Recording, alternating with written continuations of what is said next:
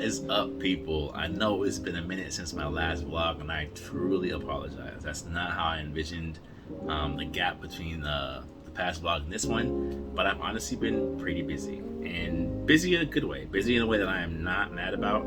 I've just had to continue to readjust on the fly when it comes to putting out these episodes, and it's just how it's been for my career these past few weeks.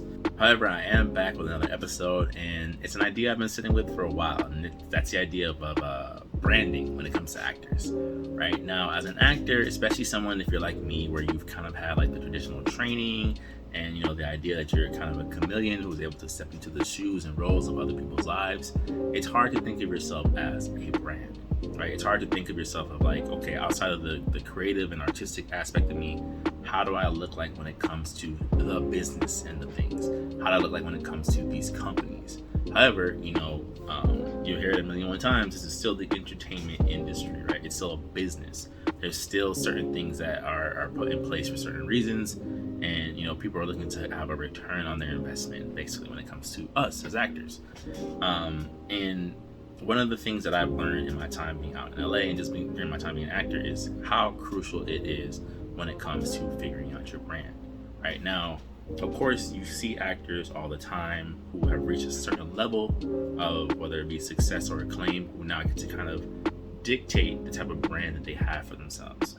But if you look further back in the career, it wasn't always like that, right? I won't say you've always, but if you look into most actors' careers, you'll see roles that like, oh man, I didn't think of like The Rock as like the Tooth Fairy or whatever the case may be, right? And that's because at that point in their career, they didn't have the full creative control on how they were being perceived by companies and by the masses, right? They, to a certain extent, were kind of typecasted, and typecasting isn't always bad.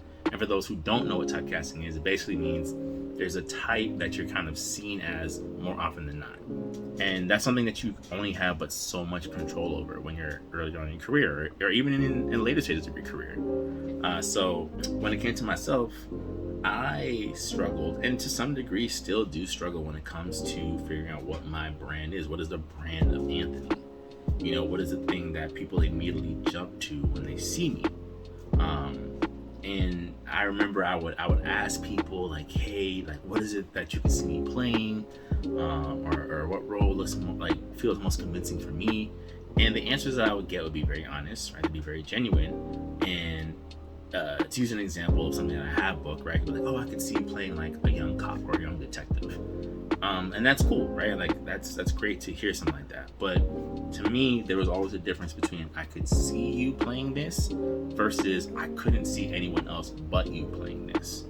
And although I am appreciative of my ability to kind of blend into different types, it gets frustrating because at the end of the day, when it comes to the casting side of things, when I'm trying to get booked for certain things, a lot of clients who are going to pick actors for projects, they're doing it because they can't see anyone else but blank playing that role, right? So what I've learned, and the thing that I want to share with you guys is, especially actors who are also trying to figure it out, I think if you don't already, it's a good idea to learn to figure out what your strengths are, right? And how to play to them for your initial branding.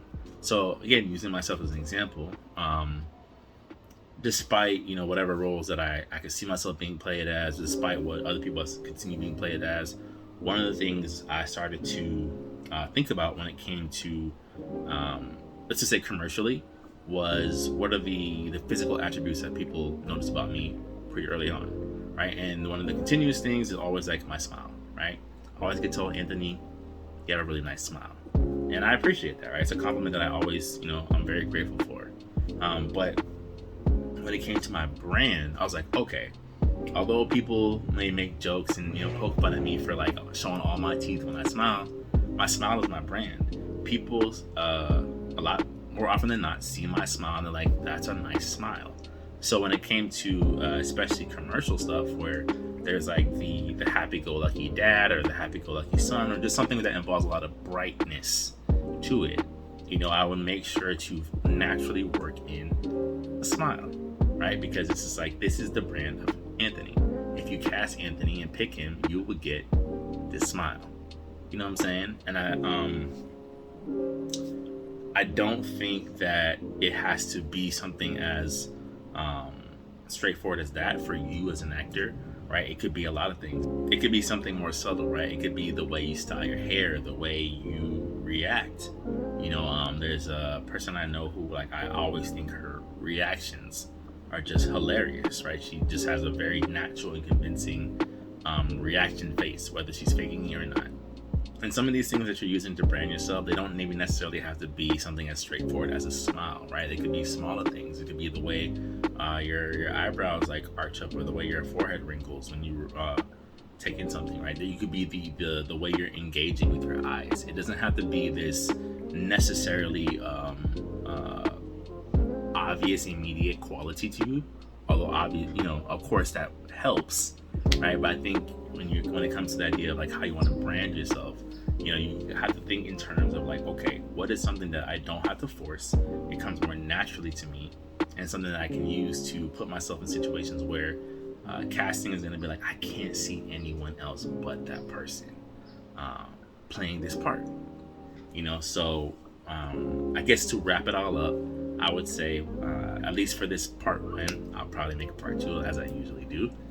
For this part one, you know, when it comes to the idea of acting and branding, I think it is to your benefit as an actor to figure out ways to brand yourself, to figure out what makes you you. How can you pitch yourself in a way? Can you put your best foot forward when it comes to, these are the qualities that make me me, these are the things that people tend to notice out the gate, and how can I use that to my benefit? So that's all I got for right now, but there'll be more at some point. Peace.